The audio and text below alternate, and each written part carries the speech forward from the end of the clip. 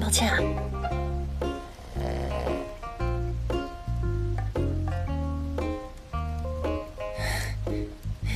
你倒真是个中仆，演技不错啊！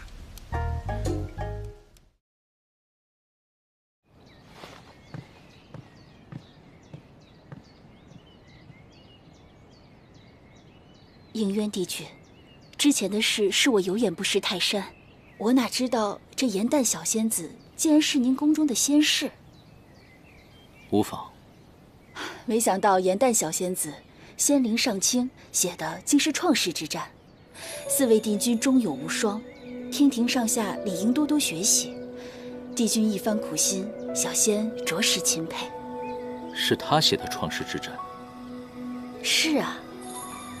颜淡仙子不仅美貌出众，而且才华横溢，比例深厚。可惜了。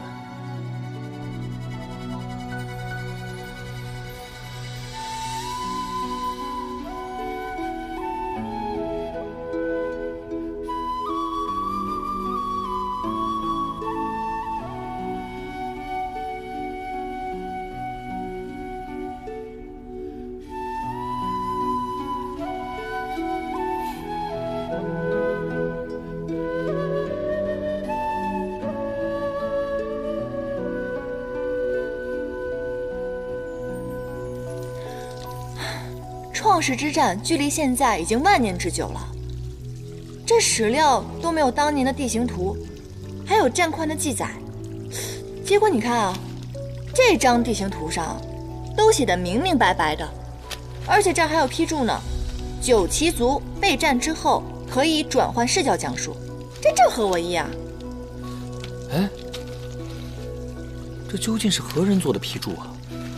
万年前的大战地形，还有出兵策略，都记录得非常清楚。若非是参加过战争之人，绝对不会了解这么清楚。这究竟是谁在帮咱们啊？我知道是谁。谁啊？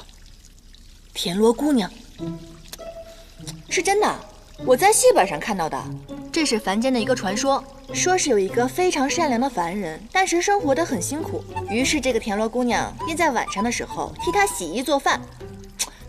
这不巧了吗？你看看我，也是一个善良可怜的小仙士啊！啊，好，你说什么就是什么啊！我太聪明了，我能清楚知悉9旗一族的行军路线，此人或许知道当年灭族之事的真相。本君批注之事，不便让旁人知晓，以免徒增聒噪。应渊帝君平时日理万机，竟然还有时间给颜淡批细本子。看来这个颜淡可不一般呢。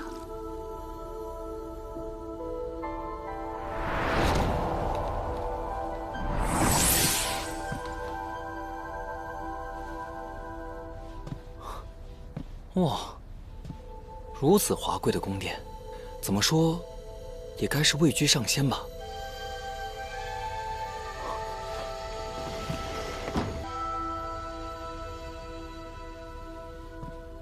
你深夜造访，不会为好奇而来，意欲何为？不妨直言。你好心为檄文批注，却不想让我看到你的面目，难不成你有什么秘密？喂，别那么小气嘛！我只想知道，你到底是谁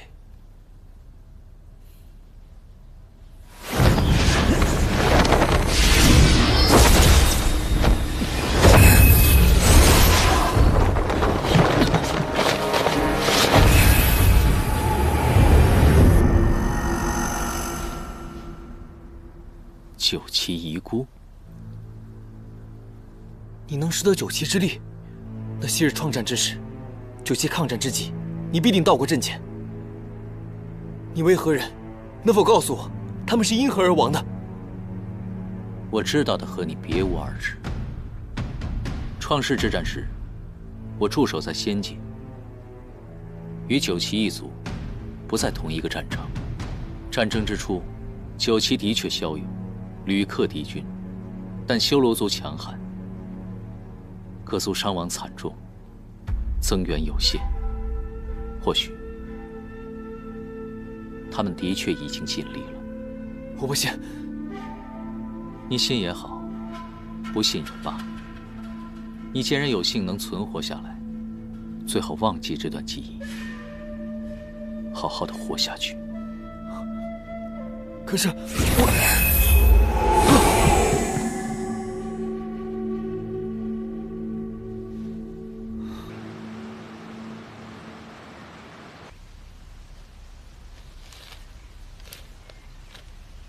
应渊帝君看着满是废墟与尸骸的海边，发现一只乌龟从尸骸中爬出。应渊帝君微微一笑，施出仙法，将乌龟翻转了过来。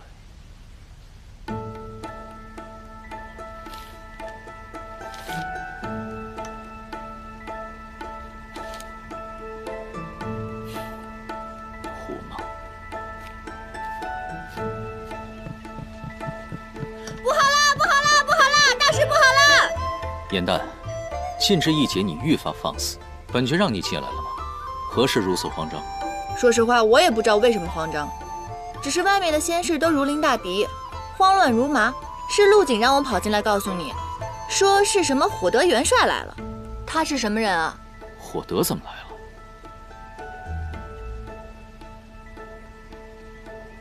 帮我！啊？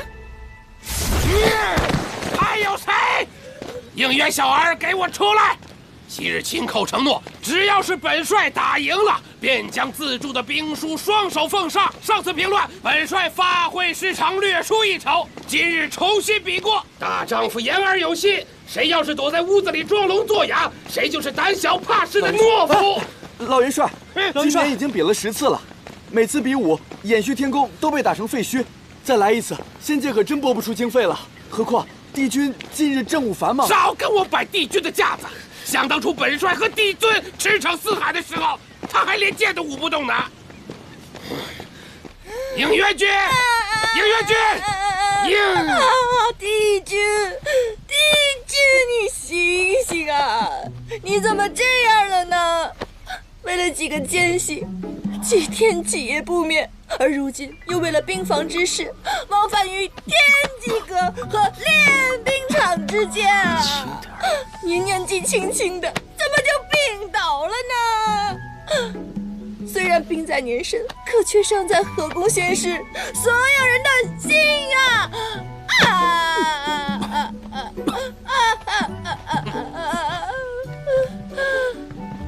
醒醒，醒醒！火德元帅，元帅，许久不见，风采依旧啊。只是本君抱病在身，无法起身相迎。应元君向来身体健壮，怎么那么巧突然病了？回火德元帅，天一说是操劳过度，又邪风入体，若不好好休养的话，恐怕要伤到元神了。何时能好啊？10天半个月。那是不可能的。天一说了，操劳、体虚、易累，伤及根本，这一切10天半个月是不可能好的，最起码要1年半载。应元君何时身边多了一个这么聪明忠心的小仙士，口舌还如此伶俐呀？这是新来的小仙，行事比较鲁莽，望元帅不要见怪。既然应元君身体抱恙，看来比武之事暂且只能放一放。谢元帅，待本君好了之后，必登门赴约。哼！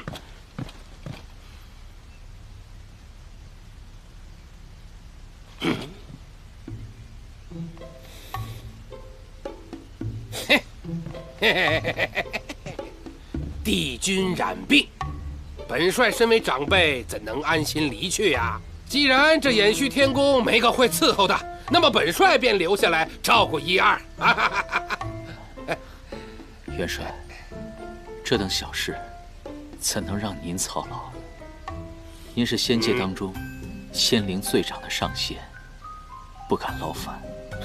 应元君无需见外，自古以来便有中仆挽肉救主、尝遍遍及的佳话。既然这小仙士如此忠心，想必不会推辞吧？哎，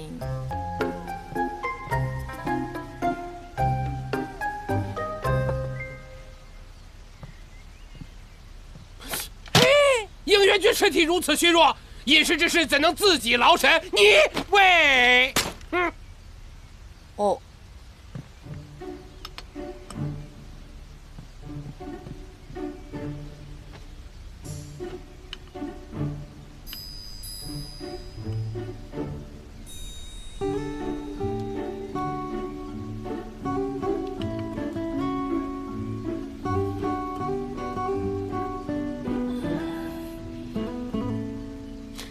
这是本帅的秘方，虽然苦了点、咸了点、臭了点，但专治风邪。应元君如果不愿意喝，想必是这小仙士伺候的不周。来人呐！不必了，喝。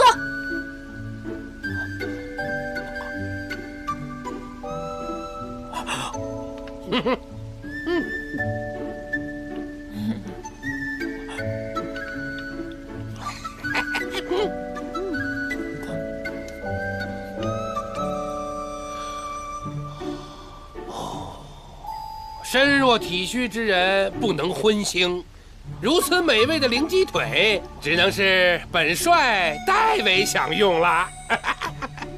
哇哦！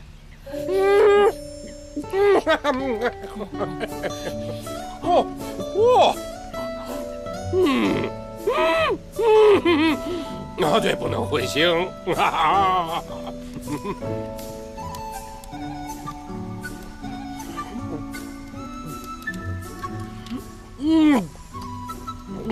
这可是小仙士亲手烧的暖炉，应元君如果不接，恐怕嫌这小仙士伺候的不周啊！来人，接。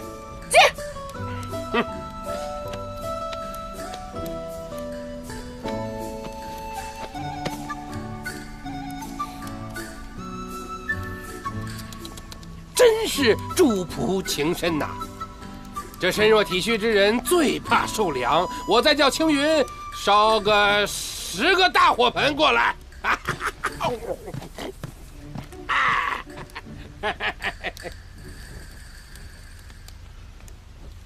帝君，你还好吧？你觉得呢？哦。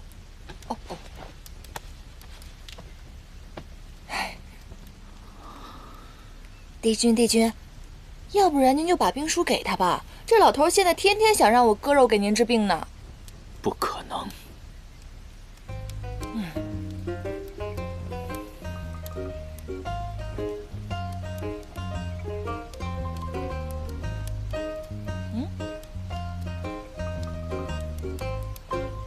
饿了。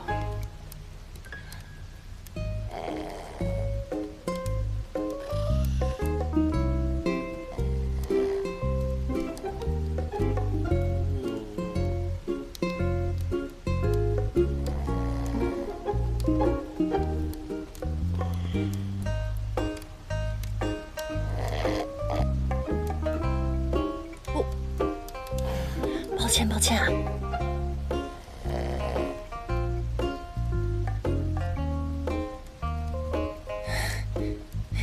你倒真是个中仆，演技不错啊。伺候不周，致使帝君染病，罪其一；言行失礼，唐突本帅，罪其二；明知帝君身染重病，暗为有幸之物，罪其三。依照天条，应元君，天条你最熟悉，该怎么发呀？逐出偃虚天宫，回玄心崖喂鱼。喂鱼？如若汇报天法处，最起码天星台80雷霆鞭，费半数修为。哇，你这个老头心肠怎么这么歹毒啊？就冲你这句话，再加20鞭。哦，够了。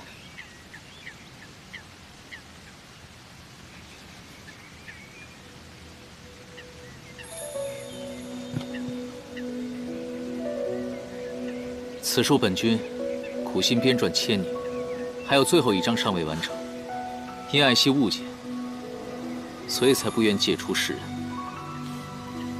元帅与我比武数十次，想必是求学若渴。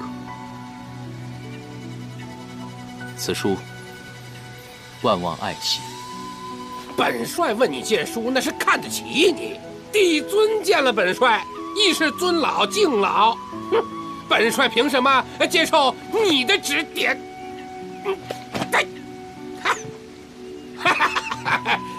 ？6届第一的应元军不过如此。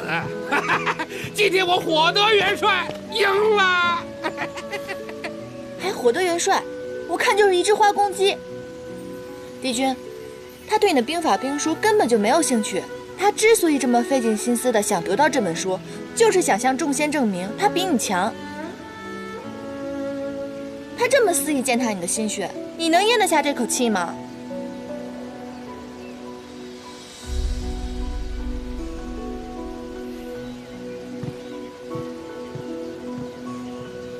若非鄙视，私自对神仙动物视作有疑暗害，触犯天条。火德是天庭里资历最老的神仙，连帝尊亦对他无可奈何。帝君向来守规严苛，这气啊，咬碎了牙也只能咽下。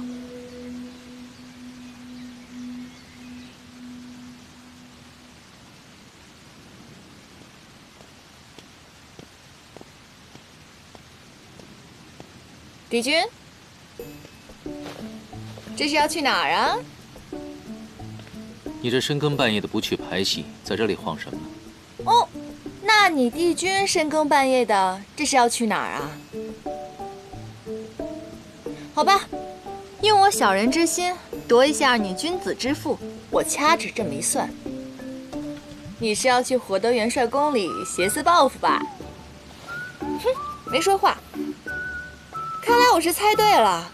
哎，堂堂的君子啊，这骨子里跟我一样是个小人，却不敢承认。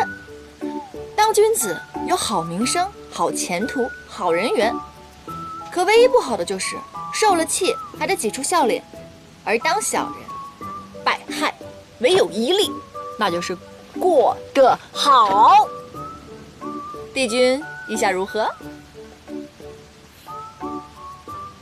自作聪明，还不跟上？刺激！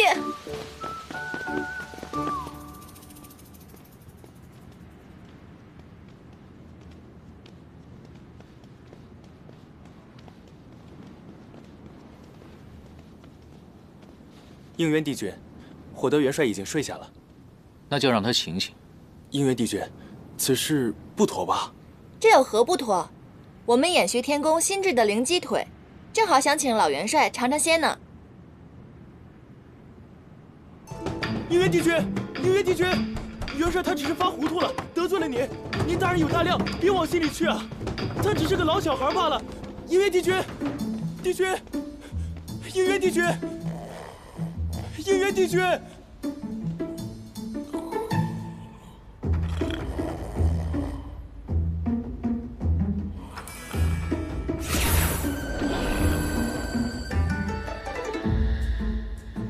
3天2头的来比武，输了就把我的后院砸得稀巴烂。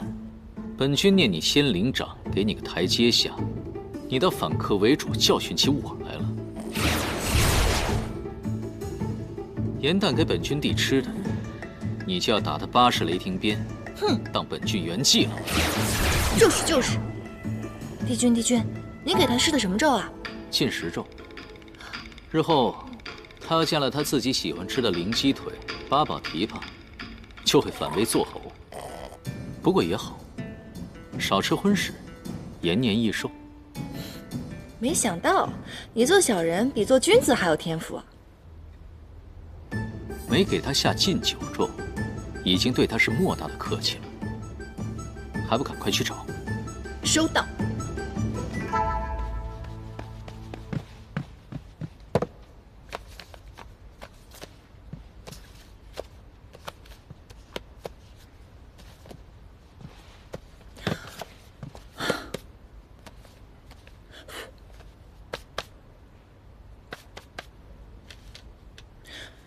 不是番规军和我一起破的玲珑棋局吗？原来这兵书是以棋局为喻，暗合兵法。不对，这兵书毁了，那我这些天吃的苦不就白吃了吗？找到了。那就走吧。等一下。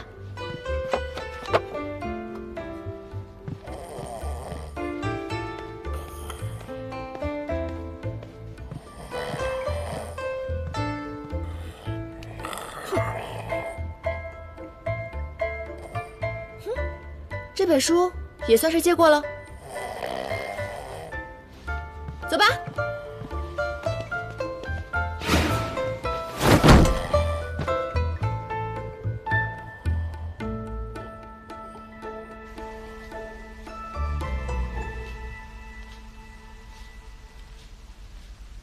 千载的光阴，6界之外，本君唯有的这一点点小小的喜好，都不能保全吗？我不敢拍胸脯说我一定可以，但我可以勉力一试。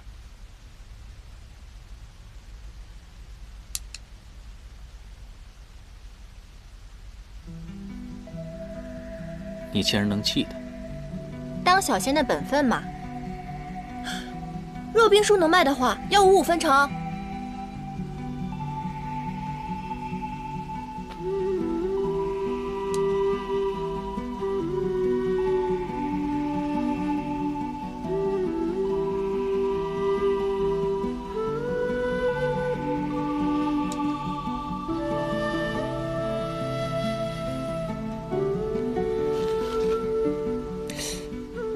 奇怪，我明明将与你下过所有的棋局都已经记下，那这一局是？这就是未完结的最后一章，无论何解都为何棋，乃4界循环。若以兵法论视为拉锯战，这些年踏遍6界，寻访仙界凡间无数棋圣，终不得其解。你若了我遗憾，本君圆你一个心愿。真的？让我离开延续天宫也是可以的？凡本君力所能及的，不违天条，不伤他人皆可。不过，你可别高兴得太早。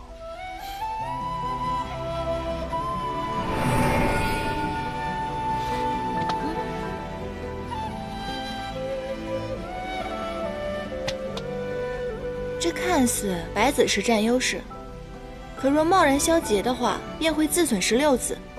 如若白子不自损，那么黑子也无法攻出。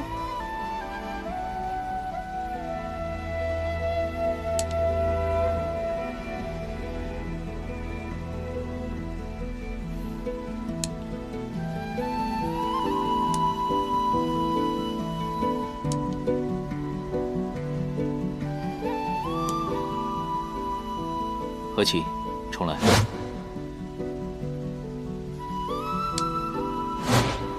再来。等一下。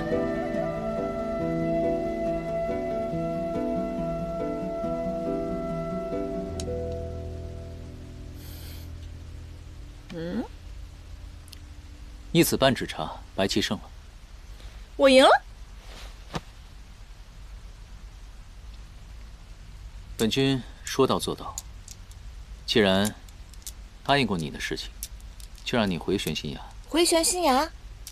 刚才不是你自己说的吗？只要你力所能及的事情，你都能做到。还以为你的决心有多坚决呢。帝君的允诺也很值钱的。你可以多考虑几日。本君门下无徒，法器众多。我已经考虑好了。之前我陪你看过一次星星，你也陪我看一次星星吧。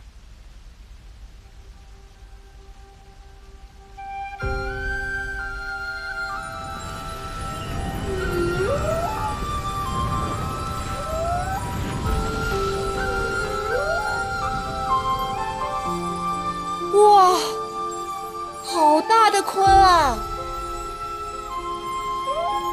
说好了。放心，此事天知地知，你知我知，绝不外传。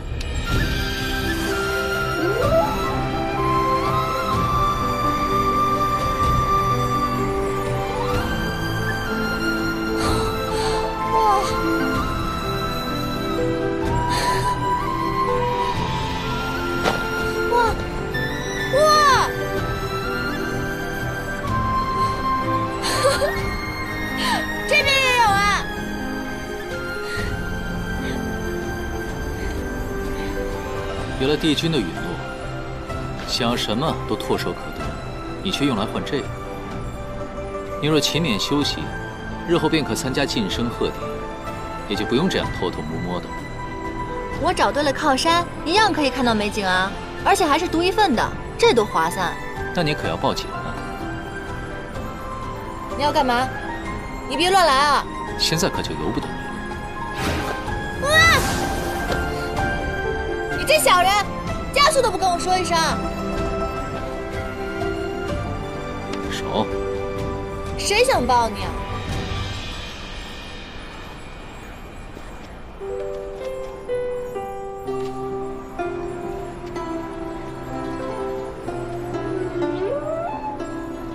这样的赐福我经历过千百次，直到今日，才知美景更胜银河。一点点仙力，就可以让人如此快乐。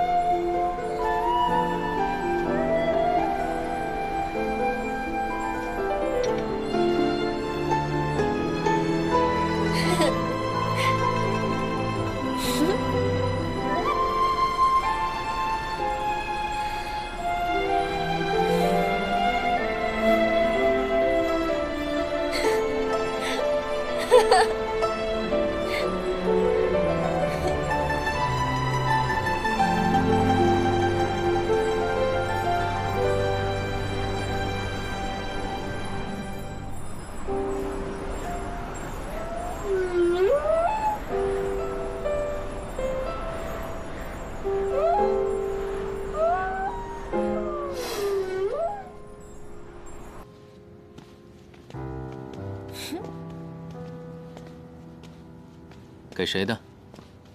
秘密。秘密？必是没有见过赐福的微末小仙。你干嘛？你还给我！你干嘛？还给我！本君可提醒你，修仙之人不可有情。你这人心眼怎么这么龌龊？这是给芷溪的。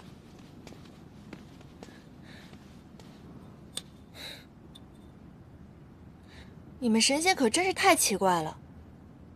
天庭既然不让有情，那像那些去凡间历难的仙官，那帝尊肯定管不了他们了。等以后我下了凡，情劫本就是历难的一部分。知晓情爱之苦，放下执念，才能无欲无求，只求苍生。本君劝你，最好不要自讨苦吃。你动过情吗？自然没有。那你怎么知道是甜的还是苦的？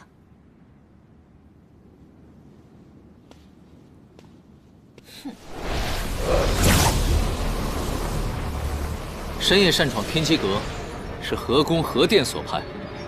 所谓何事？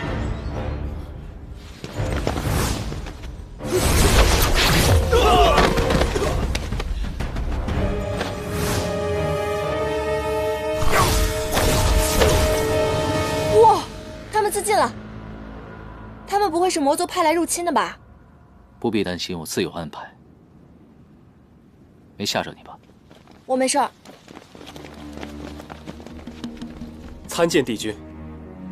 帝君料事如神，前日宫室被捕获的魔族奸细投诚招供，交出魔界兵防图的假消息，投诚是假，为我们除祸是真。人心难测，他们自然是心机。若要一一排查思玄所用无双镜画出的通道，彻查在仙界潜伏的内应，几日是查不出来的。他们既然选择自己动手，那定会清楚利落，永绝后患。各宫可还安稳？一切按帝君调度，叛军一与各宫奸细接触，便会被绞杀。各宫暂无动荡。这三人应该是来偷取魔界的兵防图，既然已经收网，那你们随本君去玉清宫上禀。是。桓清还在魔界巡查，吾借封赏魔界之由，让邪神玄香上仙界一趟。吾倒要看看，他是否真的没有反叛之意？此次魔界已派300叛军窃取兵房，图杀人灭口。贼子以尽数羁押，思玄以无双镜破解了结界已封。只是，天魔结界，乃是上世元尊冉青的元神所化，时间久远。若是魔界存心破之，迟早会找到新的破口，对吧？没错。修补元尊的结界，绝非易事。即便是倾尽仙力，力竭而亡，吾也未有十全的把握。此事，你让吾再想一想。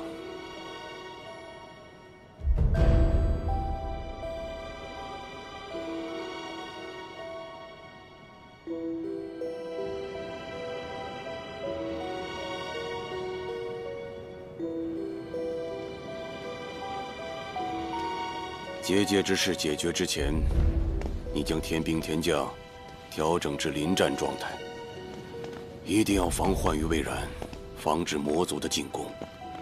应元君，这仙界的上仙之，这是何人？严旦。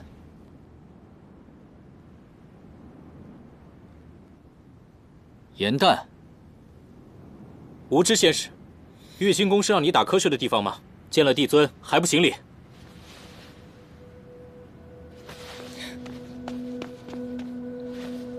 拜见帝尊，小仙是衍虚天宫的仙使，名叫严旦。严旦，是你赐名的那株四叶汉丹？啊，是的，帝尊。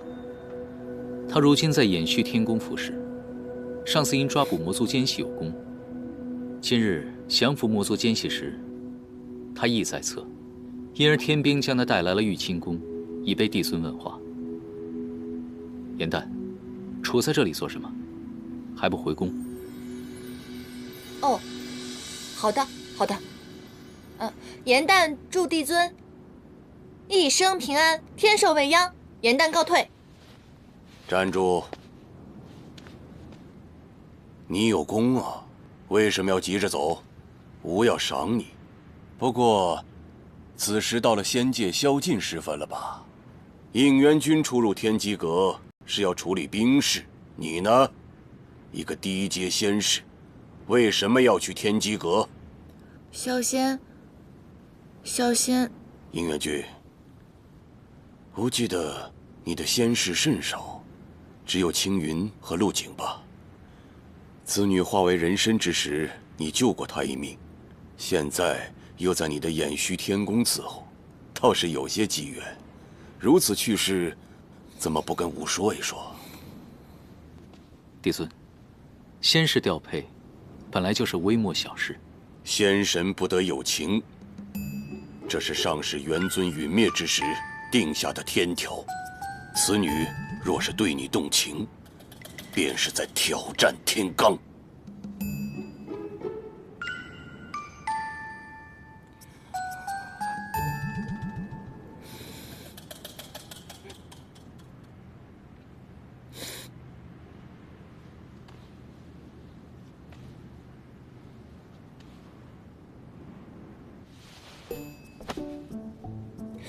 帝尊，请您为小仙做主。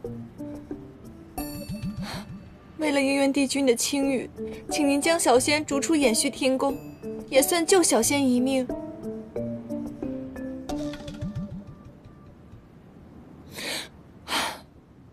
小仙原本是玄心崖一个无忧无虑的小仙使，奈何突然有一日碰见了应元帝君，他欺负我仙贵，小仙一时激愤，便上前斥责怪应元帝君不该欺辱天庭神兽。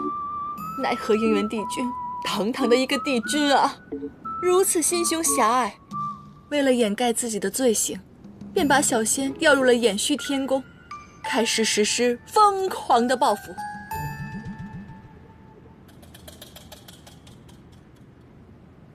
帝尊面前，你休得胡言。一公之大，添砖补瓦，打扫拖地、洗衣做饭，全部由我一个弱女子来做。小仙虽然仙龄尚浅，可是小仙的内心受到了极大的伤害呀，帝尊。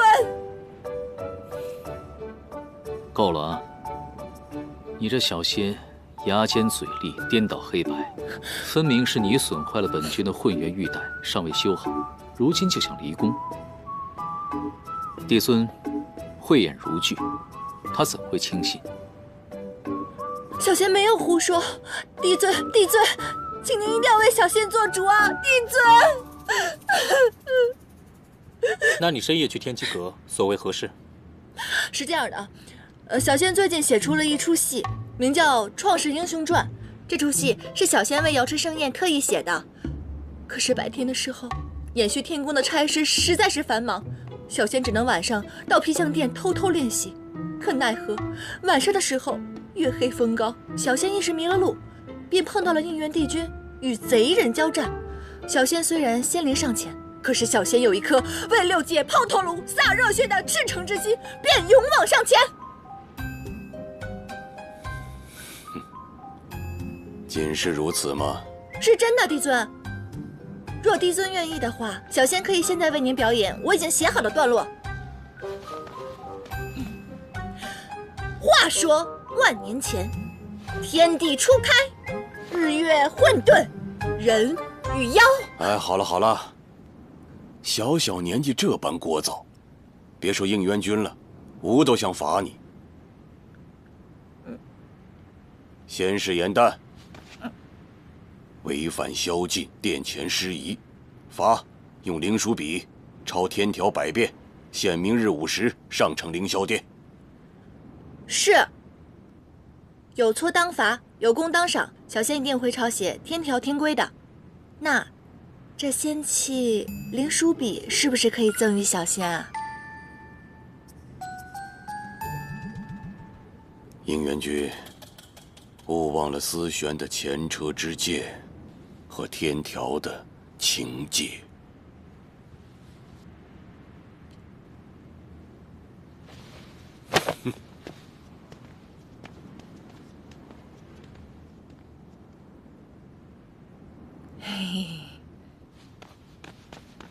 实属无奈，为了证明你我二人纯洁的关系，只好出此下策了。刚刚帝尊说的思玄，不是妙法阁的前掌事吗？你跟他什么关系啊？他现在人在哪儿呢？说来听听嘛。值不值得，帝君日后便知。情由心生，帝君难道无心吗？帝君想什么呢？说来听听，分享一下。回宫。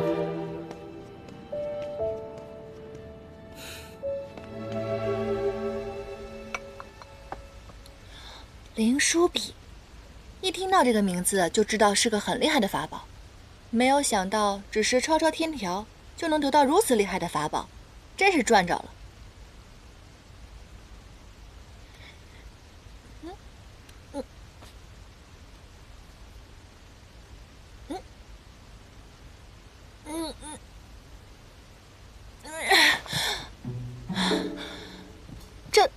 这笔怎么回事儿？现砸了吧？这个灵书笔重达1000斤，无法靠仙力御物抄写，只能用苦力了。不到10夜，你这胳膊就报废了。好歹也是堂堂6界的帝尊，怎么心思如此歹毒？燕丹，不可编排帝尊。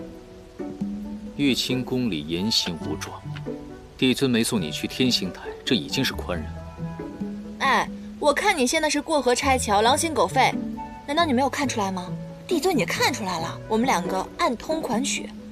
要不是我演技好，我们两个现在已经在天星台等着受罚了。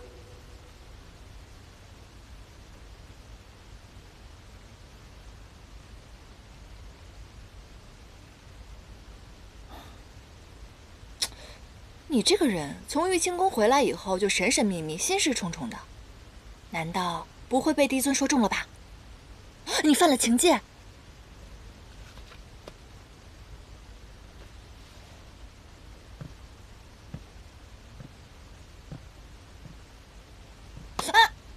活够了。哦，难道是你跟思璇？是我杀了他。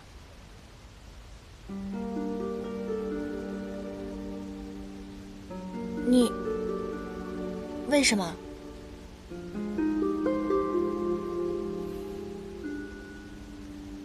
他犯了情戒，天星台上是我处决。